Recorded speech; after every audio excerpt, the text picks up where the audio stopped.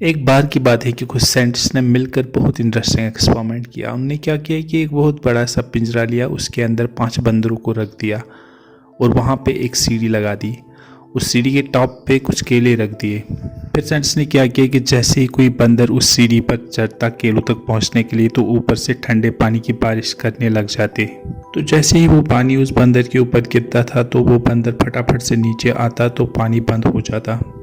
फिर दोबारा से कोई और बंदर उस सीढ़ी पर चढ़ता उन केलों तक पहुंचने के लिए, तो दोबारा से यही होता। तो बंदरों ने इसका मतलब ये निकाला कि जैसे ही कोई भी सीढ़ी पर चढ़ता है तो ऊपर से ठंडा पानी गिरता है। फिर उसके बाद में जैसे ही कोई भी बंदर उस सीढ़ी पर चढ़ने की कोशिश भी करता तो बाकी के बंदर सब इकट्ठे होकर के उसको पकड़ते, उसको मारते, उसको पीटते और उसको नीचे गिराते थे। फिर दोबारा कोई कोशिश करता, दोबारा उसके साथ ऐसे ही होता। फिर उन साइंटिस्ट ने क्या किया कि उन 5 बंदरों में से एक बंदर को पिंजरे में से निकाला और उसके बदले एक नए बंदर को उस पिंजरे के अंदर डाल दिया। अब उस बंदर को नहीं पता था कि यहाँ पे क्या चल रहा है। उसको जैसे ही उस सीढ़ी के ऊपर वो केले नजर आए तो वो फटाफट से सीढ़ी के ऊपर चढ़ने लगा। अब की बार साइंटिस्ट ने कोई बारिश नहीं करी, लेकिन फिर भी जो बाकी के बंदर थे उन्होंने इसको पकड़ा, सीढ़ी से नीचे उतारा और मारने पीटने लग गए। इस बंदर को समझ में नहीं आ रहा था कि मुझे क्यों मारा जा रहा है, तो इसने दोबारा कोशिश करी। दोबारा से उन 4 बंदरों ने वही किया। तो अब इस नए बंदर के दिमाग में ये बैठ गया कि सीढ़ी पर चढ़ना मना है, अगर सीढ़ी पर चढ़ते हैं तो मार पड़ती है। उस सीढ़ी पर चढ़ना मना क्यों है और क्यों मार पड़ती है उसको नहीं पता था, पर उसके दिमाग में ये बैठ गया कि इस सीढ़ी पर नहीं चढ़ना है, ना ही किसी को चढ़ने देना है। फिर दोबारा से उन साइंटिस्ट ने क्या किया कि ये जो पुराने 4 बंदर थे उनमें से एक बंदर को निकाला और एक नए बंदर को उसी जगह पर डाल दिया।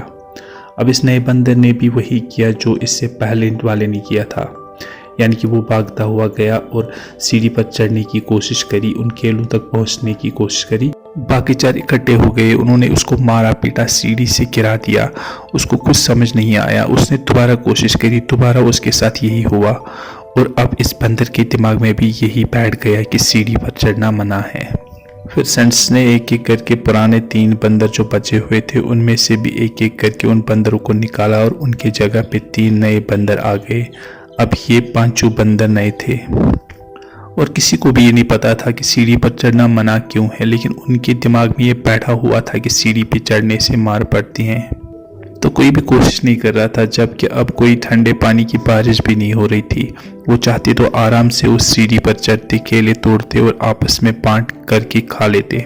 बिल्कुल ऐसा ही हम लोगों के साथ भी होता है, यानी कि इंसानों के साथ भी होता है। हजारों साल पहले कोई प्रथा बनी होती है, कोई रीति रिवाज होता है जिसके पीछे कोई ना कोई वजह होती है, लेकिन वो वजह खत्म होने के बाद भी वो प्रथा चलती रहती है, वो रीति रिवाज चलते रहते हैं। किसी में इतनी हिम्मत नहीं होती है पूछने की कि हम क्या कर रहे हैं, क्यों कर रहे हैं, बस सबको ये पता होता है कि ऐसा ही होता है।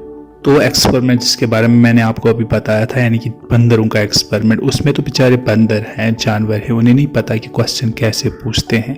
लेकिन अगर हम इंसान होने के बावजूद भी क्वेश्चन न करें तो हमारे में और जानवर में क्या फ़र्क है, ज़रा सोचिए। वैसे तो कश्मीर में आए रोज़ ऐसे ऐसे कांड होते हैं जिनकी कल्पना भी कोई नहीं कर सकता, लेकिन ख़ास चीज़ जो मैं यहाँ पे मेंशन करना चाहता हूँ वो ये है कि कश्मीर में लगभग 50 से 60% एम्प्लॉय ऐसे होंगे जिनके पास फेक डिग्री होगी, और बहुत सारे ऐसे भी हैं जो इलिटरेट होने के बावजूद भी अच्छी खासी जॉब करते हैं, और हम जैसे पढ़े लिखे नौजवान इन चीज़ों के खिलाफ आवाज़ भी नहीं उठा पाते। वैसे तो मोदी जी ने बहुत काम ऐसे भी किए हैं जिनकी सोसाइटी को बहुत ही ज़्यादा ज़रूरत थी, लेकिन इन चीज़ों की तरफ भी देखना था, नहीं तो वो वक्त दूर नहीं जब लोग इलीगल तरीक़ों से पैसे कमाएंगे और एजुकेशन की तरफ कोई देखेगा भी नहीं, क्योंकि हम पढ़े लिखे होने के बावजूद भी क्वेश्चन नहीं कर पाते।